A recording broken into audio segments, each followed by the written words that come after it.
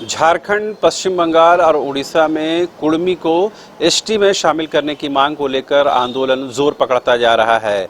खास करके Kharagpur rail division के आसपास जिस तरह से कुर्मी समाज के लोगों ने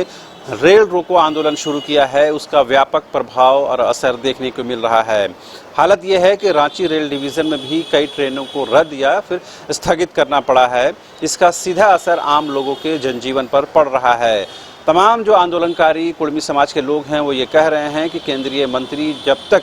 वो खुद घटनास्थल पर नहीं आते हैं और उनसे वार्ता नहीं करते हैं और इस बात का भरोसा और यकीन नहीं दिलाते हैं कि कुर्मी समाज को एसटी में शामिल किया जाएगा, तब तक उनका आंदोलन जारी रहेगा।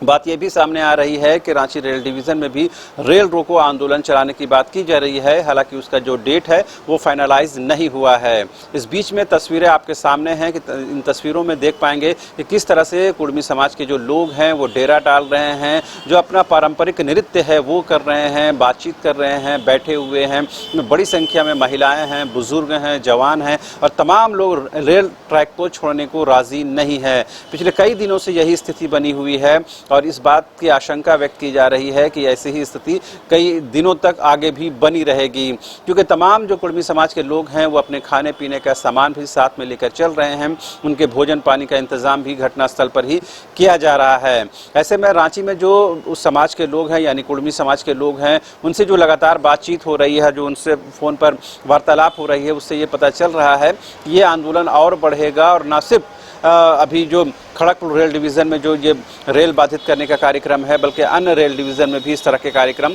चलाए जाएंगे।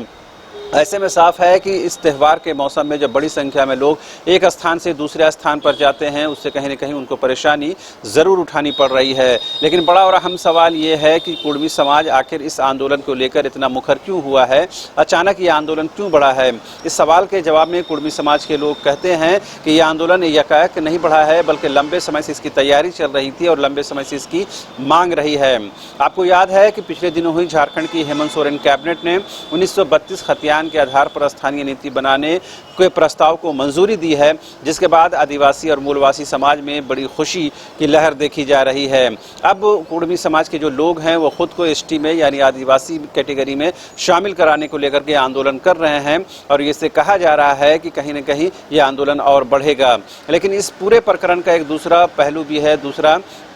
हिस्सा भी है, उसे भी देखा जाना चाहिए कि खुद आदिवासी समाज के अंदर से अब कुर्मी समाज के प्रस्ताव को लेकर के विरोध उठने लगे हैं। कई जो आंदोलनकारी जो कुर्मी आदिवासी समाज के लोग हैं, उनके नेता है, जो उनसे बातचीत हुई है और उन्होंने जिस तरह से बताया है उससे साफ है कि कुर्मी समाज को एसटी में शामिल करने को लेकर के वो लोग विरोध दर्ज करा रहे हैं। हालांकि झारखंड पार्टी जो झारखंड में राजनीति करती रही है और बड़े लंबे समय से राजनीति में वो सक्रिय है, उस पार्टी से जब इस सिलसिले में मेरी बातचीत हो रही थी तो उन्होंने कहा कि वो लंबे समय से इस बात का समर्थन करते रहे हैं, हिमायती रहे हैं कि कुर्मी को एसटी में शामिल करना चाहिए, लिहाजा सरकार को इस पर अब और देरी नहीं करनी चाहिए। हालांकि इस विषय पर झामुमो के प्रवक्ता तनुज खत्री ने कोई स्पष्ट तौर पर जवाब तो नहीं दिया, लेकिन उन्होंने कहा कि जब भी सरकार के सामने ये मसले आएंगे तो उस पर सरकार उचित समय पर उचित निर्णय लेगी। तो ऐसे में देखने वाली बात यह होती है कि ये किस तरह से राजनीतिक गलियारों में चर्चा का विषय बनता है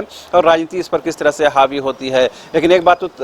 साफ है कि जिस तरह से खड़गपुर रेल डिवीज़न से ये आंदोलन की जो सुगबुगाहट शुरू हुई और वहाँ पर जिस तरह से हज़ारों की संख्या में कुर्मी समाज के लोगों का जो डेरा डालो है आंदोलन वो जारी है, उससे ये आशंका व्यक्त की जा रही है कि पूरे झारखंड में इसकी छाप और इसका प्रभाव देखने को मिलेगा। और जो तस्वीरें हमारे पास आ रही हैं, हमारे दर्शकों के सामने हैं, उन तस्वीरों को देखकर यह अंदाज़ा लगाया जा सकता है